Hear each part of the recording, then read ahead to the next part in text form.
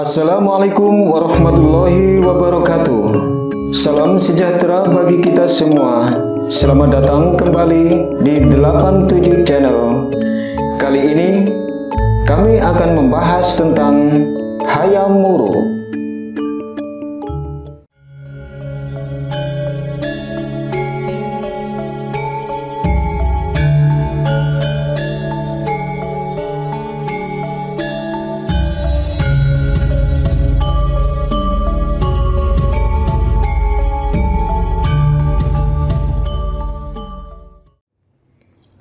Hayam Wuruk adalah putra Tribhuwana Wijaya Tunggadewi. Beliau dilahirkan pada tahun 1334 yang konon bertepatan dengan gempa bumi di Pabanyu Pindah. Nama Hayam Wuruk yang berarti ayam yang masih muda. Hayam Wuruk naik takhta ketika berusia 17 tahun. Ia menikah dengan Parameswari yang berjuluk Paduka Sori. Hayam Wuruk mempunyai dua orang anak, yaitu Nagarawardhani atau Bre Lasem yang lahir dari Paduka Sori dan Bre Wirabumi yang lahir dari seorang selir. Perkawinan Hayam Wuruk dengan Paduka Sori yang masih saudara sepupu dengan putri dari Bre Prameswara, yaitu Raja Wijaya Rajasa dari Wengker, terjadi tahun 1279 Saka, yaitu setelah kegagalan perkawinannya dengan Dia Pitaloka atau putri Raja Linggabuana dari Kerajaan Pasundan. Pada zaman pemerintahan Prabu Hayam Wuruk, Keraton Majapahit diperkirakan telah dipindahkan ke Trowulan. Trowulan adalah sebuah kecamatan di Kabupaten Mojokerto, Jawa Timur.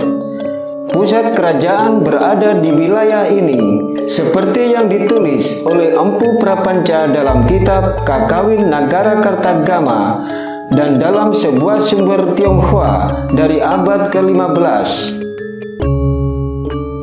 Masa pemerintahan Hayam Wuruk tahun 1360, Gayatri wafat.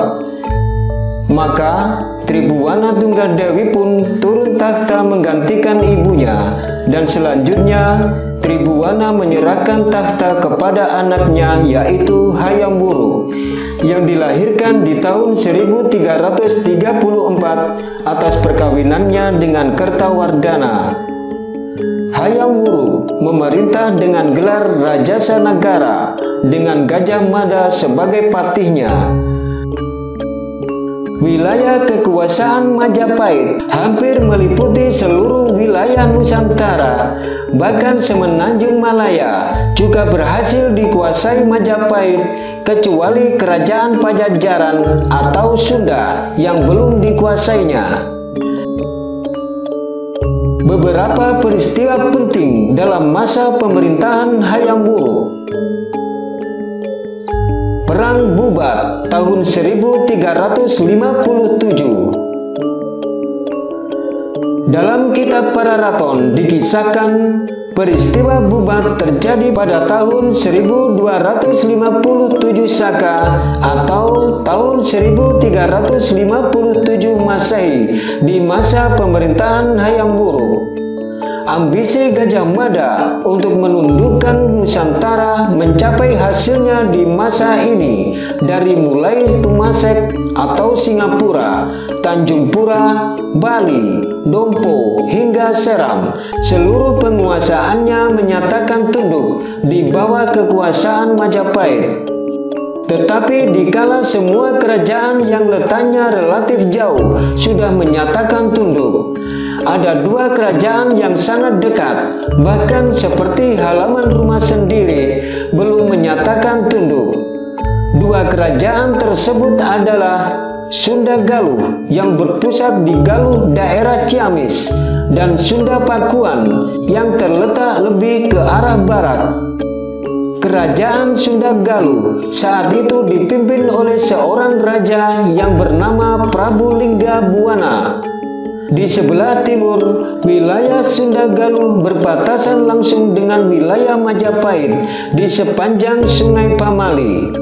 Sedangkan di sebelah barat, wilayah Sunda Galuh berbatasan langsung dengan wilayah Sunda Pakuan di sepanjang Sungai Citarum. Pandangan Gajah Mada untuk sesegera mungkin menyatukan kedua kerajaan Sunda tersebut ke dalam wilayah kekuasaan Majapahit bertentangan dengan pandangan kalangan istana, baik Ibu Suri Tribuwana Tunggadewi maupun Dyah Wiyat yang berpendapat bahwa kerajaan Sunda adalah kerabat sendiri, karena apabila dilihat dari silsilah keluarganya, salah satu leluhurnya berasal dari bangsawan Sunda. Sementara sikap Prabu Hayam Wuruk sendiri terlihat lebih mendukung kedua ibu suri tersebut daripada Gajah Mada. Pada suatu waktu, tibalah saatnya bagi Prabu Hayam Wuruk untuk mencari seorang permaisuri yang akan mendampingi dirinya. Maka dikirimlah beberapa juru gambar untuk melukis putri-putri yang cantik dari kalangan kerajaan bawahan maupun kerajaan tetangga untuk kemudian diperlihatkan kepada sang Prabu, dengan harapan apabila ada salah satu gambar yang berkenan di hati sang Prabu, maka tibalah saatnya bagi sang Prabu untuk menjatuhkan pilihannya kepada putri yang beruntung tersebut. Raja Hayam Wuruk ternyata berkenan dengan kecantikan putri Dyah Pitaloka Citrasemi dan berniat menjadikannya sebagai permaisuri. Konon, ketertarikan Hayam Wuruk terhadap putri tersebut karena beredarnya lukisan sang putri di Majapahit yang kala itu dilukis secara diam-diam oleh seorang seniman bernama Sungging Prabangkara. Atas restu dari keluarga kerajaan, Hayam Wuruk mengirim surat kehormatan kepada Maharaja Linggabuana untuk meminang putri Sunda tersebut melalui perantara yang bernama Tuan Anepaken. Setelah pinangan dari Prabu Hayam Wuruk diterima, akhirnya disepakati bersama bahwa Raja Linggabuana, permaisuri, dan beberapa bangsawan istana akan berangkat ke Majapahit untuk mengantarkan putri Dyah Pitaloka sekaligus melangsungkan acara pesta perkawinan di ibu kota Majapahit. Maka pada hari yang telah ditentukan, berangkatlah Prabu Linggabuana beserta rombongan ke Majapahit.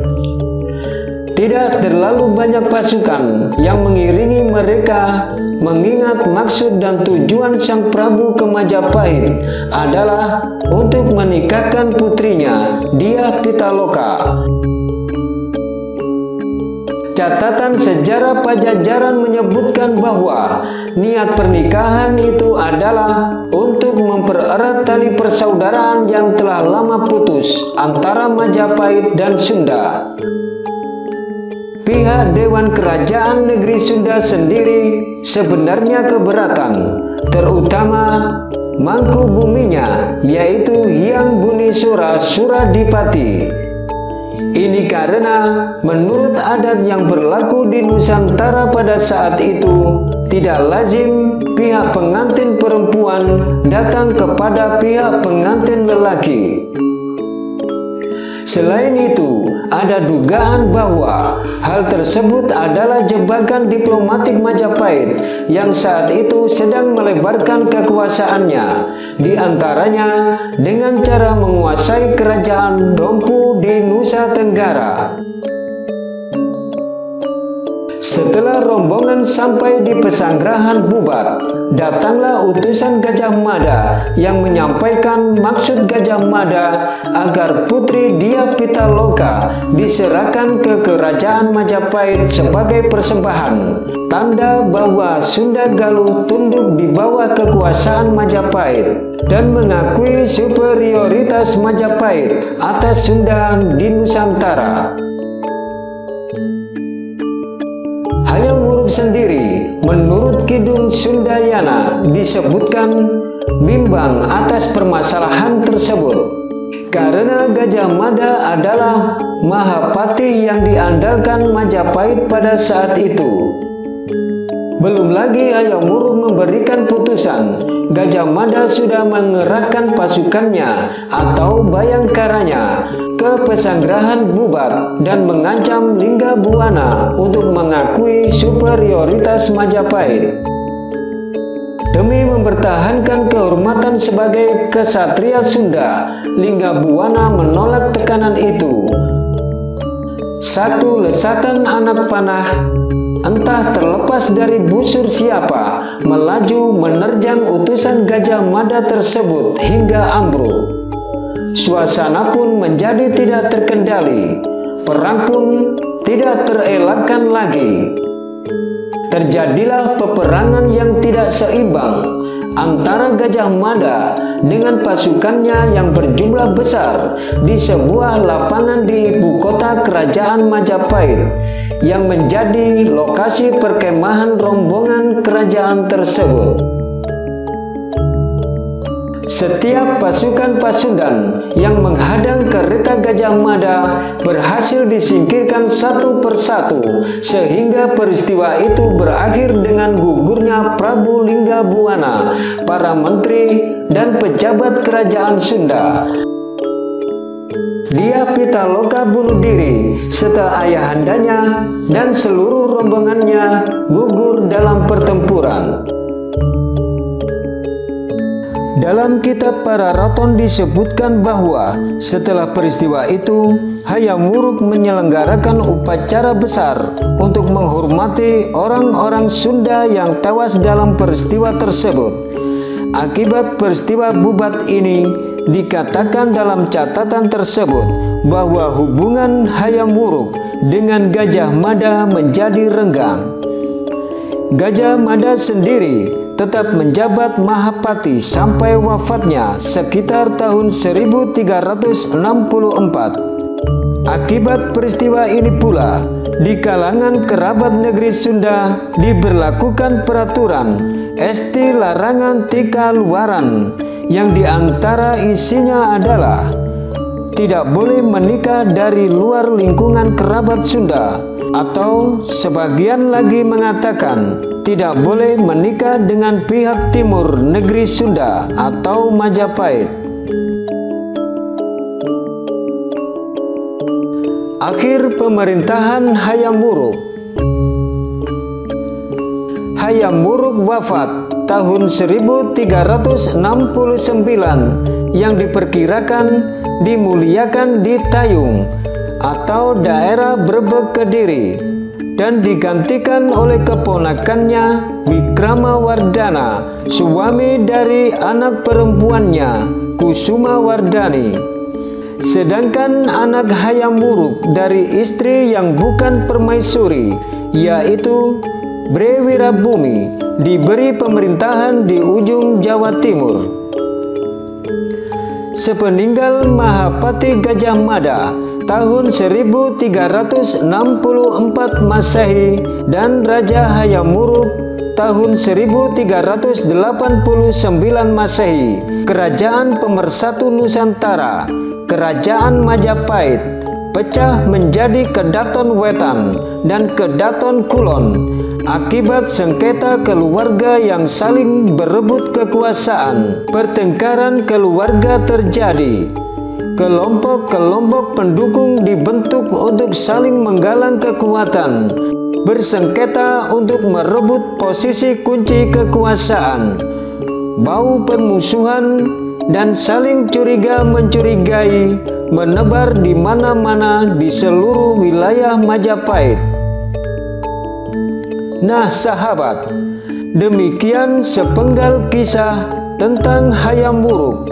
Terima kasih telah menonton video ini. Silakan tinggalkan jejak di kolom komentar. Semoga video ini bermanfaat dan nantikan episode selanjutnya. Wassalamualaikum warahmatullahi wabarakatuh.